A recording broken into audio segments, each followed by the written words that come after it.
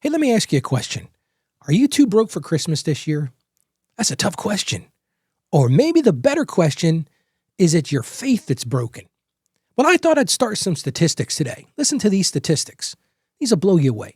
61% of Americans are dreading the holidays. Why?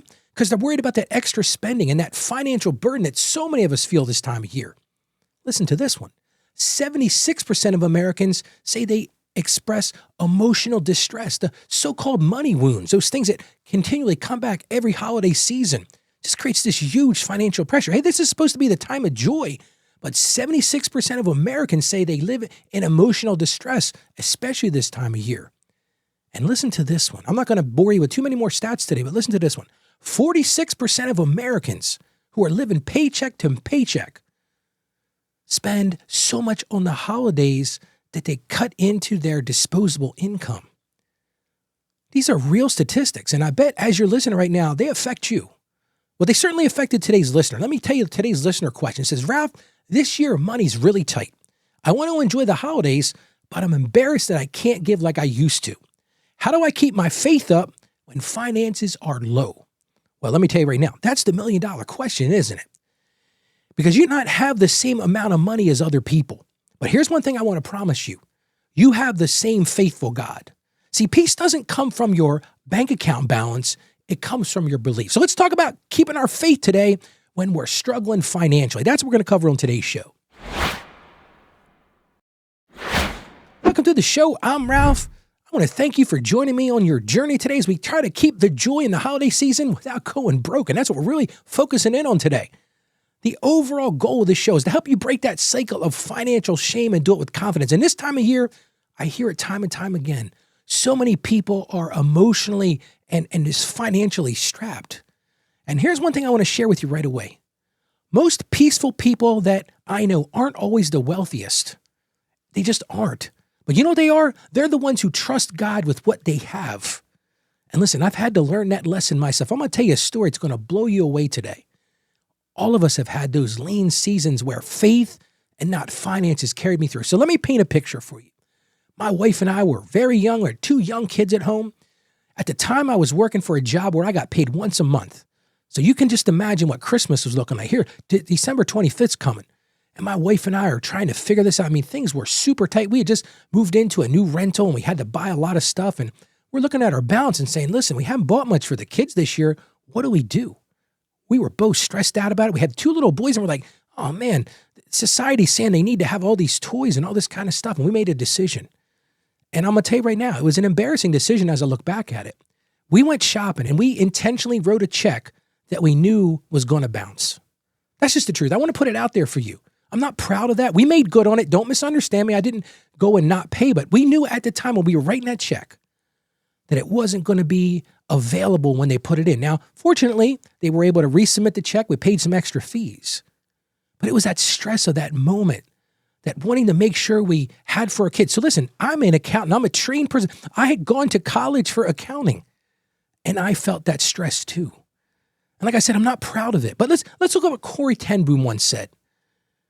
You can never learn that Christ is all you need until Christ is all you have. And man, I wish I'd known that at the time because I would have handled that situation differently. Let's get back to our question today. And that's, how do we build our faith when we feel financially broken? You might be feeling that financial brokenness right now, but I'm going to give you some ideas right now. First thing you've got to focus on, stop worrying and put your trust in God. Because the truth is, God knows your needs. He knows your needs before you know them. He already understands them. And here's the beautiful part of that. He's not limited by your paycheck. God doesn't have a balance to worry about. So trust him. Stop worrying. Put your faith in him. Second thing I'm going to encourage you to do is do an identity check. I'm going to say something bold here. You might be a little bit taken back by what I'm fixing to say. Christ didn't own anything. It doesn't talk about the Bible, Christ's house that he owned. I mean, he had his sandals, he had his clothes, he had a lot of things. But here's the thing we need to understand as Christians. Our worth isn't found in possessions. We'll have all the possessions in the world. We can have all those things. I know people that have had them. But that's not where your worth is found. It's found in your purpose. And I'm going to point you to something. I don't know if you know this or not, but I do a weekly show. It's called Truth Unveiled with Ralph. And it's really a show about unwinding culture and tying it back to biblical truth. And I just did a show about consumerism. And I'm going to encourage you to check that out. We'll put a link to that in the show notes. It's a weekly show, but it gets a little deeper than what I do on the Daily Financially Confident Christian. But I talk all about consumerism destroying all of us. So I'm going to encourage you to check that out. But let's get back to today's show.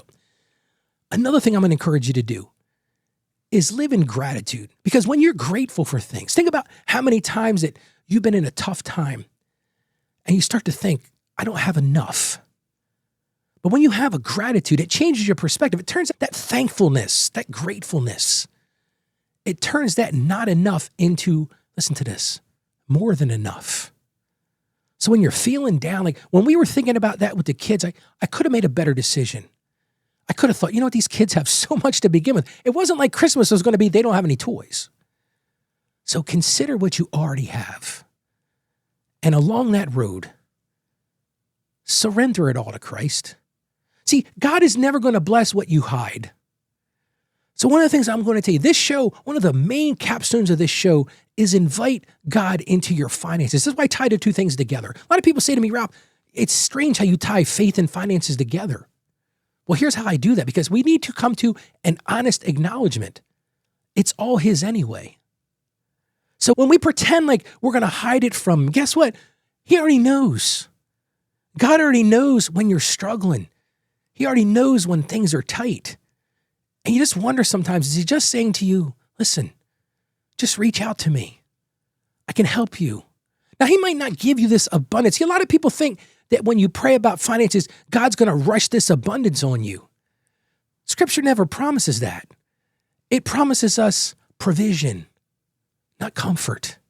But acknowledge Him. He can't bless what you hide. And finally, it's all about faith over fear. See, big takeaway for today. Fear says something like this. Fear says, I can't. When you live in fear, that's what you constantly hear. You hear that in your head. I can't, I can't, I can't. But faith says something so much bigger than that. And this is what you can take to the bank today. Faith says God can. And I'm going to go a little extra step. And God will. Let's get into our Bible verses today. We actually have two because I couldn't decide on which one I liked best. Let's get into the first one. It's a very common book from the book of Matthew, chapter 6, verse 33. It says this, but seek first His kingdom and His righteousness, and all these things will be given to you as well. And I picked that because think about that. What are we leaning into there? Seeking first His kingdom. That's so important. Seeking first faith. Seeking first understanding Him and His righteousness. And what does it promise to us? All these things.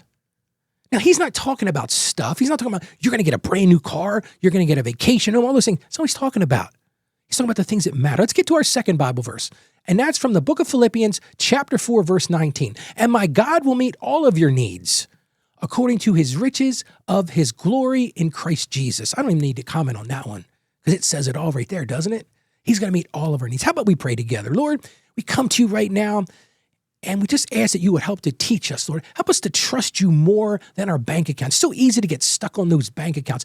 Help us to see the provision through your eyes, not through world's eyes, not through society's eyes. And Lord, help us to remember the abundance that you've already given us. And remember that it's not measured in dollars, but it's measured in our purpose. And we ask this in the mighty power of Christ. Amen. So here's your action item for today. Real simple thing. I want you to write down 3 ways that God has provided for you this year. And listen, if we're being honest, we probably make a list 2 or 3 pages thick.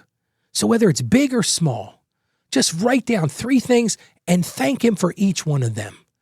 And then when you start to feel broken, read that list and remember how much He's already given you. And I want to give you something right now. I just finished writing my 3rd book. It's called How to Become a Financially Confident Christian, and it's yours absolutely free. All you got to do is go to financiallyconfidentchristian.com/becoming. So today, no matter what your bank account says, God's presence is your greatest security.